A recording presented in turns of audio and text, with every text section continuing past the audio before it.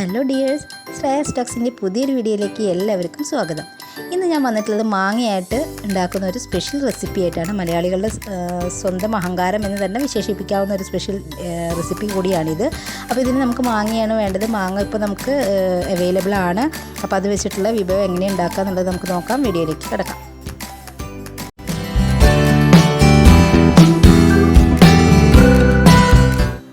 അപ്പോൾ അതിനായിട്ട് ഞാൻ എടുത്തിട്ടുള്ള മാങ്ങയാണ് കേട്ടോ ഇത് നിലത്ത് വീഴാതെ കണ്ണിമാങ്ങയുടെ ഒരു പ്രായത്തിൽ ഞെട്ടിയോട് കൂടി തന്നെ നമ്മൾ നിലത്ത് വീഴാതെ മാങ്ങ ശേഖരിച്ചിട്ട് അതൊരു ഭരണിയിലോ അല്ലെങ്കിൽ ഇതേപോലെ തന്നെ ഒരു എയർ കിടക്കാത്ത ടൈറ്റായിട്ടുള്ള ഒരു കുപ്പിയിലോ ആക്കി വെക്കുകയാണ്. അത് വെള്ളം തീരെ ചേർക്കുന്നില്ല. നമ്മൾ ആഡ് ചെയ്ത വെള്ളമല്ല, ഉപ്പ്, ഒരു ലെയർ ഉപ്പിടുക, അതിനുശേഷം മാങ്ങ ഇടുക, വീണ്ടും ഒരു ലെയർ ഉപ്പിടുക, അതിനുശേഷം മാങ്ങ ഇട്ടിട്ട് അങ്ങനെ നമ്മൾ 14 ദിവസം വെച്ചിട്ടുള്ള മാങ്ങയാണ്. അപ്പോൾ അതിൽ നിന്ന് ഉപ്പിൽ നിന്ന് വെള്ളം ഇറങ്ങി വന്നിട്ടുള്ളതാണ്. ഇത് മാങ്ങയിൽ നിന്നുള്ള വെള്ളമാണ് കേട്ടോ.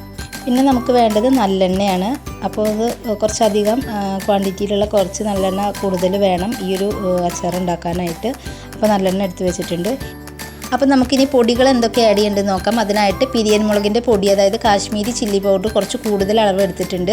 അതുപോലെ തന്നെ കായ നല്ലെണ്ണയിൽ വറുത്ത് പൊടിച്ചത്, കുരുമുളകിൻ്റെ പൊടി, അതുപോലെ തന്നെ നോർമൽ മുളക് പൊടി കേട്ടോ, അതാണ് എടുത്തിട്ടുള്ളത്. കൂടുതൽ എമൗണ്ട് എടുത്തിട്ടുള്ളത് കാശ്മീരി ചില്ലി പൗഡറാണ് കേട്ടോ. അപ്പോൾ കായ നല്ലെണ്ണയിൽ വറുത്ത് പൊടിച്ചതും ഇതൊക്കെയാണ് ഇതിലേക്ക് വേണ്ട പൊടികൾ. അപ്പോൾ നമ്മളത് മാറ്റി വെക്കുകയാണ്. ഇനി നമ്മൾ ഇതിൻ്റെ ഒരു സ്പെഷ്യൽ ഇൻഗ്രീഡിയൻ്റ് എന്ന് പറയുന്നത് കടുകാണ്. കടുക് നല്ലപോലെ കഴുകി വെയിലത്ത് വെച്ച് ഉണക്കി പൊടിച്ചെടുത്തിട്ടുള്ളതാണ്.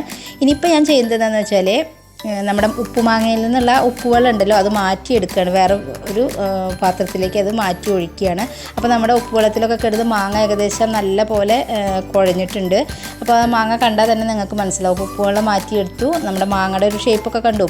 ഉപ്പ് വെള്ളത്തിലൊക്കെ കിടന്ന് അതൊന്ന് നല്ലൊരു പാകമായിട്ട് മാറിയിട്ടുണ്ട് കേട്ടോ.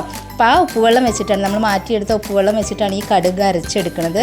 അപ്പോൾ നമ്മൾ ഈ അരച്ചെടുത്ത കടുകും അതുപോലെ തന്നെ പൊടികളൊക്കെ നമ്മളിതിൽ ആഡ് ചെയ്യണം. അപ്പോൾ ആദ്യം കാശ്മീരി ചില്ലി പൗഡർ ആഡ് ചെയ്യുന്നുണ്ട്. അപ്പോൾ ഞാനിതാ പൊടികളൊക്കെ ആഡ് ചെയ്യണം. ആദ്യം കാശ്മീരി ചില്ലി പൗഡർ ആഡ് ചെയ്തിട്ടുണ്ട്.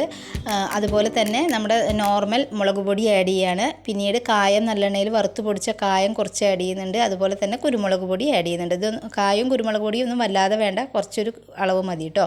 അപ്പോൾ ഇത് ചേർത്തതിന് ശേഷം മാങ്ങ അതിൽ പിടിക്കത്തക്ക രീതിയിൽ നല്ല പോലെ അങ്ങോട്ടും ഇങ്ങോട്ടും ഇളക്കി കൊടുക്കുക. കൈ ഉപയോഗിച്ച് ഇളക്കരുത്. ഒന്നാമത്തെ കാര്യം, കൈയൊക്കെ ചുട്ട് നേറിൽ തുടങ്ങും. അതുപോലെ തന്നെ അച്ചാർ കേടാവും ചെയ്യും നമ്മുടെ കൈ കൊണ്ട് ചെയ്തിട്ടുണ്ടെങ്കിൽ. അതിനുശേഷം കടുക് ഉപ്പുവെള്ളത്തിൽ അരച്ചെടുത്തത് ഞാൻ ആഡ് ചെയ്തിട്ട് അതിനുശേഷം നല്ല പോലെ ഇളക്കി കൊടുക്കുക. കട്ട കെട്ടാൻ സാധ്യത ഉണ്ട്. അപ്പോൾ അതുകൊണ്ട് തന്നെ നല്ലപോലെ ഇളക്കി മാങ്ങയിലും ഒക്കെ പിടിക്കത്തക്ക രീതിയിൽ ഇളക്കി യോജിപ്പിക്കുക. അപ്പോൾ ആ ഒരു പ്രവൃത്തിയാണ് ഇപ്പോൾ ചെയ്തുകൊണ്ടിരിക്കുന്നത്. അപ്പോൾ അത് ആഡ് ചെയ്തതിന് ശേഷം നല്ല രീതിയിലായിട്ടുണ്ട്. ഇനി വെള്ളം വേണമെന്നുണ്ടെങ്കിൽ നിങ്ങൾക്ക് കുറച്ചും കൂടി ഉപ്പ് നോക്കിയതിന് ശേഷം ഉപ്പ് വെള്ളം ആഡ് ചെയ്യുക കേട്ടോ. പിന്നീട് ചെയ്യുന്നത് നല്ലെണ്ണ നല്ലപോലെ ചൂടാക്കുക. അത് ചൂടാറിയതിന് ശേഷമാണ് അതിൽ ഒഴിക്കേണ്ടത്. ചൂടോടെ നല്ലെണ്ണ ഒഴിക്കരുത്. അപ്പോൾ അച്ചാർ വേഗം അധികം ദിവസം ഇരിക്കില്ല, വേഗം കേടാവും. അപ്പോൾ അതുകൊണ്ട് തന്നെ നല്ലെണ്ണ ചൂടാറിയതിന് ശേഷം ഒഴിക്കുകയാണ് ചെയ്യുന്നത് കേട്ടോ. അപ്പോൾ ഇപ്പോൾ നോക്കൂ, കാണുമ്പോൾ തന്നെ ഒരു പ്രത്യേക വൈബാണല്ലേ. നമുക്ക് കടുകുമാങ്ങ അച്ചാറാണ് നമ്മൾ ഇവിടെ തയ്യാറാക്കിയിട്ടുള്ളത്. അതിന് ഈ ഒരു പ്രായത്തിലുള്ള മാങ്ങ തന്നെ വേണം. കുറച്ച് വലിപ്പമുള്ള മാങ്ങയാണെങ്കിൽ ഇത്ര ഒരു ടേസ്റ്റ് കിട്ടില്ല.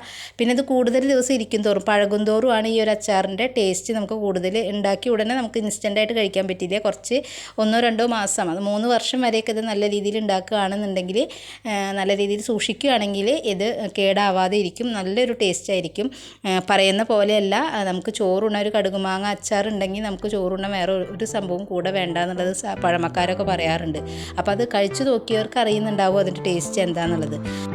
അപ്പോൾ ഈ ഒരു റെസിപ്പി എല്ലാവരും ട്രൈ ചെയ്ത് നോക്കണം. വളരെ സിമ്പിളാണ്, നമുക്ക് എല്ലാവർക്കും ചെയ്തെടുക്കാൻ പറ്റും. സാധാരണ നമ്മൾ പണ്ടൊക്കെ മനക്കിൽ നിന്നൊക്കെയാണ് ഇങ്ങനത്തെ ഒരു അച്ചാർ, കടുകുമാങ്ങ അച്ചാർ നമ്മൾ വാങ്ങിയിരുന്നതൊക്കെ. നമുക്ക് ചെയ്യാൻ ബുദ്ധിമുട്ടാണെന്ന് കരുതി നമ്മൾ അവിടെ നിന്നൊക്കെയാണ് വാങ്ങിയിരുന്നത്. ഒരു പ്രത്യേക ടേസ്റ്റും ആയിരിക്കും മനക്കിൽ ഒക്കെ കടുകുമാങ്ങ അച്ചാറിന്. പ്രത്യേകിച്ച് പാലക്കാട് സൈഡുകളിലേക്കൊക്കെ പോയിട്ടുണ്ടെങ്കിൽ അവരുടെ വീടുകളിലൊക്കെ വർഷവും കടുകുമാങ്ങ ഇല്ലാത്തൊരു വീട് പോലും ഉണ്ടാവില്ല. അവർ ഈ കണ്ണിമാങ്ങയുടെ പ്രായമായി കഴിഞ്ഞാൽ മാങ്ങയൊക്കെ പൊട്ടിച്ച് ഈ ഒരു സംഭവം പിറ്റത്തെ വർഷത്തേക്ക് വേണ്ടിയിട്ട് അവരുണ്ടാക്കി വെക്കൽ ഒരു പതിവാണ്. ഒരു വർഷം ധാരാളം വർഷം. ഇപ്പോൾ ഈ ഗൾഫിലൊക്കെ പോകുന്ന ആൾക്കാരൊക്കെ ആണെങ്കിൽ അവരൊക്കെ കൊണ്ടുപോയാലും അത് കുറേ നാൾ കേടുവരാതിരിക്കും.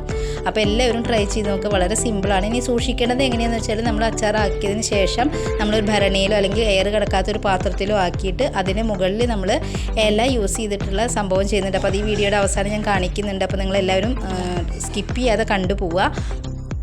നമ്മൾ സൂക്ഷിക്കണതിൻ്റെ എത്രത്തോളം പ്രാധാന്യം നമ്മൾ കൊടുക്കുന്നുണ്ടോ അത്രത്തോളമാണ് നമ്മൾ ഈ ഒരു കണ്ണിമാങ്ങ അച്ചാർ, അതായത് കടുമാങ്ങ കേടുകൂടാതെ ഇരിക്കണത് നമ്മളുടെ ആ സൂക്ഷ്മതയുടെ ഇതുപോലെ ഇരിക്കും കേട്ടോ.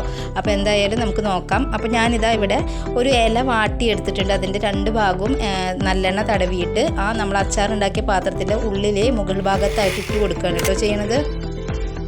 അപ്പം നമ്മുടെ അച്ചാർ ഇതാ കാണാനും കഴിക്കാനും ഒക്കെ നല്ല ടേസ്റ്റി ആയിട്ടുള്ളൊരു സംഭവം ഇവിടെ റെഡി ആയിട്ടുണ്ട്. ഞാനിത് കുപ്പിയിൽ സൂക്ഷിച്ചിട്ടുണ്ട്.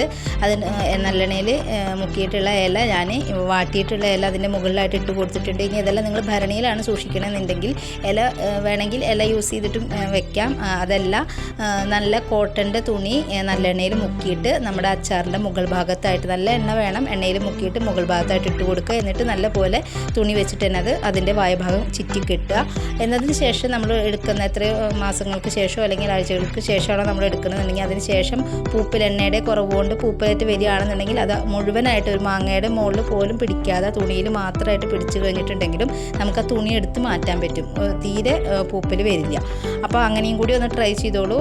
ഇത് ചെയ്യുകയാണെങ്കിലും എണ്ണ ഉണ്ടെങ്കിൽ ഈ ഇല ഇട്ടാലും ഒരു പ്രശ്നം അച്ചാറിന് വരുന്നതല്ല കേട്ടോ. അപ്പോൾ ഒരു കിടിലൻ റെസിപ്പി ആയിരുന്നു ഇന്ന് നമ്മൾ ചെയ്തിട്ടുണ്ടായിരുന്നത്. അപ്പോൾ എല്ലാവരും ട്രൈ ചെയ്ത് നോക്കുക. ഇനി നെക്സ്റ്റ് ഒരു വീഡിയോ ആയിട്ട് ഞാൻ വരുന്നതാണ്. അപ്പോൾ നമ്മുടെ ചാനൽ ആരെങ്കിലും സബ്സ്ക്രൈബ് ചെയ്യാതെ കാണുകയാണെങ്കിൽ ഒന്ന് സബ്സ്ക്രൈബ് ചെയ്ത് സപ്പോർട്ട് ചെയ്യുക. നമ്മൾ നല്ല നല്ല ക്രാഫ്റ്റുകളും അതുപോലെ തന്നെ സിമ്പിളായിട്ടുള്ള റെസിപ്പീസ് ഒക്കെ ആയിട്ടാണ് ഈ ഒരു ചാനൽ മുന്നോട്ട് കൊണ്ടുപോകുന്നത്. അപ്പോൾ ഓക്കെ, താങ്ക് യു.